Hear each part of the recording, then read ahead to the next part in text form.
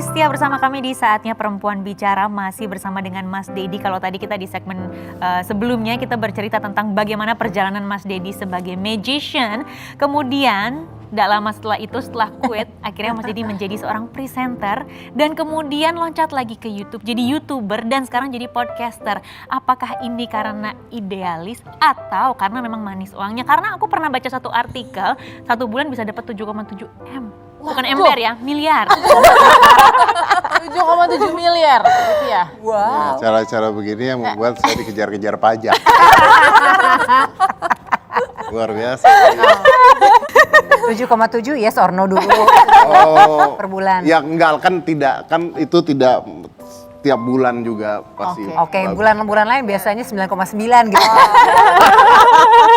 Mas Dedi juga mengatakan bahwa momentumnya tuh pas banget, kayak udah punya feeling. You left when you were at the top dan memulai sesuatu dengan caranya yang baru, invest 6 months, mempelajari podcast dan aku yakin YouTube dan juga menjadi presenter seperti itu. Nah itu semua dilakukan based on a hunch atau based on research atau based on idealisme apa? Pertama idealis ya. Tapi kalau idealis tidak ada nafkahnya juga bodoh menurut saya kan gitu ya. Jadi nggak bohong apakah itu ada duitnya dan apakah itu bisa menghasilkan uang dan gue melakukan itu karena uang, ya juga. Tapi secara idealisme kenapa saya buat? Karena saya merasa bahwa sebenarnya I can do more. Hanya saja ada hal-hal yang membatasi. Kalau di TV ada KPI. Nah akhirnya banyak pertanyaan-pertanyaan yang tidak mungkin dilontarkan bertanya padahal kepingin nanya. Disitulah munculnya close the door pada saat itu. Gitu. Jadi yes, idealism ya, there is money there, yes. Yes, of course. Sekarang sudah sampai di titik ini tuh kredibilitasnya Mas Dedi tuh dipercaya sama orang-orang yang datang ke buying my credibility, oke. Ke podcastnya Mas Dedi datang dari mulai menteri, tokoh agama. Kenapa sih milih orang-orang ini sampai ya udahlah siapa aja yang mau saya ajak ngobrol? Gini, ini menarik. Saya tuh pernah ditanyain sama salah satu petinggi TV. Dia bilang gini sama saya tuh salah satu pendengar podcastnya Mas Dedi. Cuman saya mau tanya satu hal, konsepnya apa sih? Karena saya dengar ada menteri, lalu tiba-tiba katanya ada dinar candy. Jadi gini, saya tidak mau terjebak ke dalam sebuah acara politik. Nah, sebenarnya kenapa tiba-tiba ada yang 180 derajat itu adalah untuk gocek. Jadi ketika orang udah, ini bahas vaksin COVID, kenceng banget. Tiba-tiba besokannya wancur podcastnya.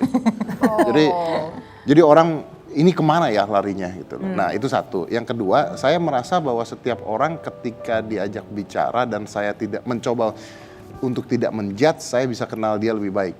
Jadi gue belajar untuk mengenal orang lain dan orang itu bisa siapa saja sebenarnya. Nah, dari siapa aja yang diajak ngobrol itu, siapa yang paling menarik? Atau mungkin ini Mas yang paling nggak nyangka gitu loh. Paling menarik contohnya Sheikh Ali Jaber, karena beliau ditusuk hari ini, besoknya beliau ada di podcast. Tujuannya adalah supaya menenangkan masyarakat dulu bahwa jangan ribut, jangan ini, jangan ini. Gitu. Jadi itu momentum yang paling menarik banget. Dan misinya besar. Dan misinya, saya merasa bahwa podcast itu ada gunanya buat Indonesia.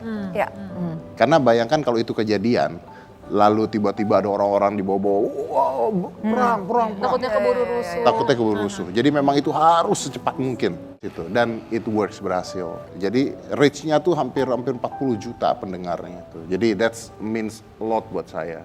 Dinar Candy juga means a lot lah. Saya punya pandangan yang berbeda karena hampir tembus pandang. Jadi beban nggak untuk kemudian memilih tema dan memilih narasumber? Kenapa? Karena kan ini based on momen apa sih sekarang yang harus diangkat? Kalau beban apa tidak, saya mengatakan tidak. Buat saya mengatakan tidak. Karena kalau saya sudah mulai berpikir itu sebagai sebuah beban, maka saya akan berpihak. Jadi disclaimer saya adalah mengatakan bahwa, dude, I do not understand anything about this. Bukan selalu 100% benar. Saya nggak selalu 100% benar dan saya pengen tahu seperti apa gitu.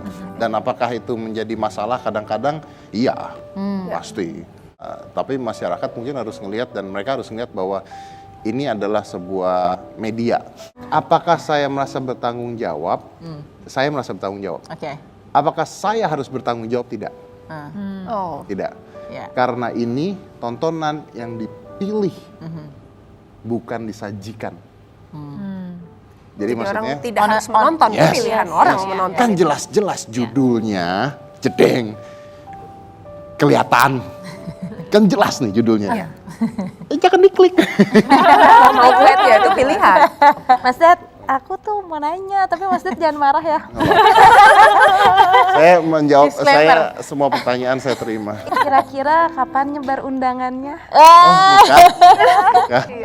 Ya mudah-mudahan cepat. Karena kita juga lagi ngobrol, saya malah ngobrol sama my girlfriend ngomong. Nanti kita harus ngomong ya, kita harus berdua ngomong tentang what we can do and what we cannot do. Jadi doain aja lah, doain Amin, aja, mudah-mudahan. doain Amin. aja supaya kamu saya undang.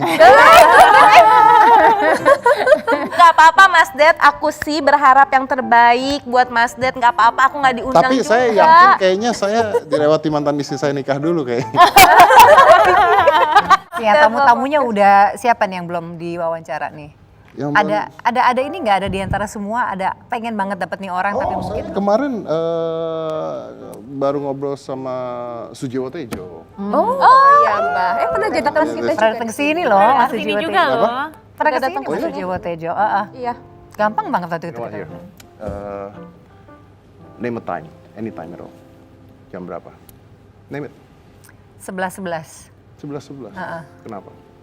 Karena kamu nanya mendadak aku pikirnya itu. Ya, kan masa orang ditanyain pasti ada. Ya jam 11 siang lewat 11 menit. I make a picture kemarin sama What? uh, No. Sujiwo Tejo. No way. That's Sujiwo Tejo, see that? Tuh kan? Beneran? No way. Aku tuh Mas Dedi rasanya lihat. diginiin dari kemarin. Going into my mind. Oh my God, seriously? Marisa? Tadi kan Mas Dedi tanya, name a time, sebutkan waktu. Jam 11.11. Itu fotonya diambil jam 11.11, jam tangan Mas Dedi juga 11.11. Kenapa lagunya jadi horor sih? Itu di atasnya juga ada tuh. Wow. Itu jam? Yang jam. Oh, di atasnya itu kelihatan. 11.11. Wow. Aku pikir tadi name a time kita mau diundang. Jadi kita Beneran? 5 diundang di podcast. Beneran berlima ya? Iya. Bener ya? Bisa. Ada mic-nya, ada banyak. Bentar. Pertanyaannya Eh, muat nanyanya nggak gimana? Setelah banyak sekali perjalanan hidup, masih ada lagi nggak sih cita-cita yang belum kesampaian? I wanna die looking at my son. That's what next. Oh. Tapi Karena- jangan cepet-cepet ya. Ya. Mudah-mudahan. Amin. Karena itu yang terjadi sama ayah saya ketika dia meninggal.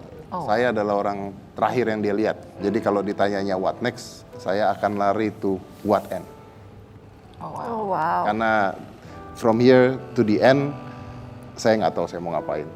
Tapi this is hope-nya adalah one day I die, saya ngeliat anak saya, and then I can close my eyes. In the meantime, be water my friend. In the meantime, water. be water my friend, be water.